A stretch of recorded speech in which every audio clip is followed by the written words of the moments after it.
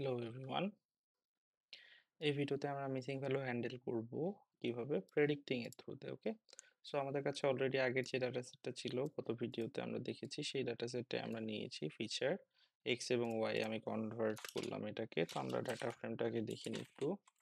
Data frame, so data ফ্রেমের এখানে আমাদের এক্স যে ভ্যালুটা আছে সেই ভ্যালুটা হচ্ছে আমাদের আসলে নেন বা নট এ নাম্বার। তো আমরা এই ভ্যালুটাকে প্রেডিক্ট করে এটাকে হ্যান্ডেল করার চেষ্টা করব। তো ডাটা ফ্রেম টু আমি একটা নিয়ে নিই। এর মধ্যে ডাটা ফ্রেম ডট ড্রপ না, আমি ড্রপ না করে সেটাকে ডাটা ফ্রেমের মধ্যে নিয়ে নিচ্ছি, যাতে আমার প্রথম ডাটা ফ্রেমের মধ্যে কোনো ধরনের চেঞ্জেস বা কোনো ধরনের সমস্যা না হয়। ডাটা ফ্রেম টুকে আমি এখানে রাখলাম। ওকে, আমাদের কাছে তিনটে এলিমেন্ট অলরেডি চলে আসছে। তো এক্স এবং ওয়াই আমি ভাগ করি এখানে।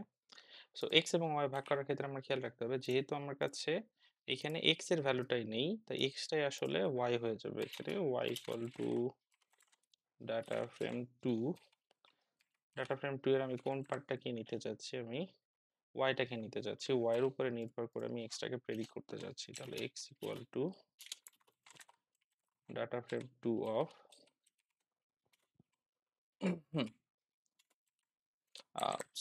ভুল করে ফেলেছি, এটা হচ্ছে এক্স অ্যান্ড এটা হচ্ছে ওয়াই, এটা হবে এক্স।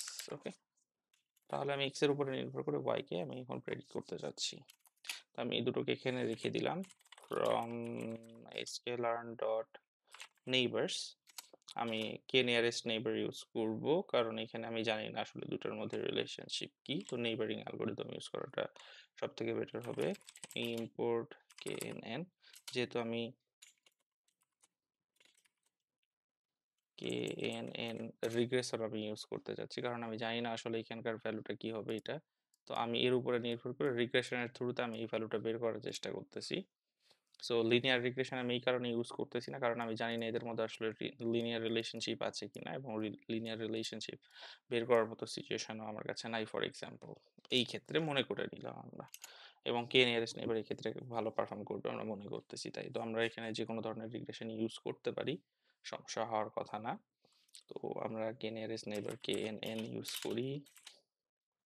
কে নিয়ারেস্ট নেইবার ক্লাসিফায়ার নিলাম, এইখানে নেইবার্স এর ভ্যালু নিলাম 2, আমরা দুইটা করে নেইবার নিব। এরপর আমাদের কাজ হচ্ছে kn ডট ফিট ফিট করতেছি আমার ডাটা সেটের উপরে। তাহলে আমার দরকার এক্স এবং ওয়াই, আমরা ফিট করে ফেললাম। আমাদের নিয়ারেস্ট নেইবারটা ফিট হয়ে গেছে। kn ডট প্রেডিক্ট, আমি kn দিয়ে প্রেডিক্ট করতে যাচ্ছি। কোনটাকে প্রেডিক্ট করতে যাচ্ছি? আমার ওই যে ভ্যালুটা ছিল 55, 55.0। আমি যদি রান করি আমাদের একটা ভুল আসবে, সেটা হচ্ছে আমাদের ওইটা ডাবল ব্র্যাকেটের মধ্যে ছিল।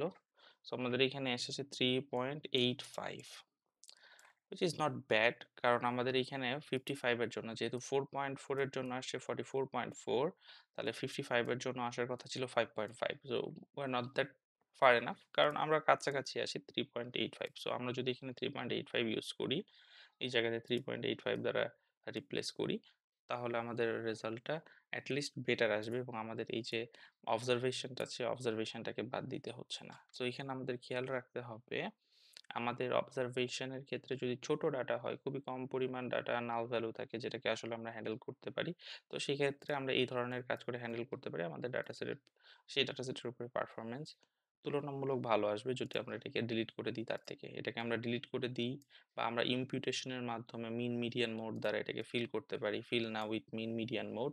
তো সেটার থেকে আমাদের এই যে আমরা নিয়ারেস্ট নেইবার দিয়ে যে এটা বের করে নিলাম, সেটা আমাদের তুলনামূলক বেটার আসবে। ওকে, থ্যাংক ইউ।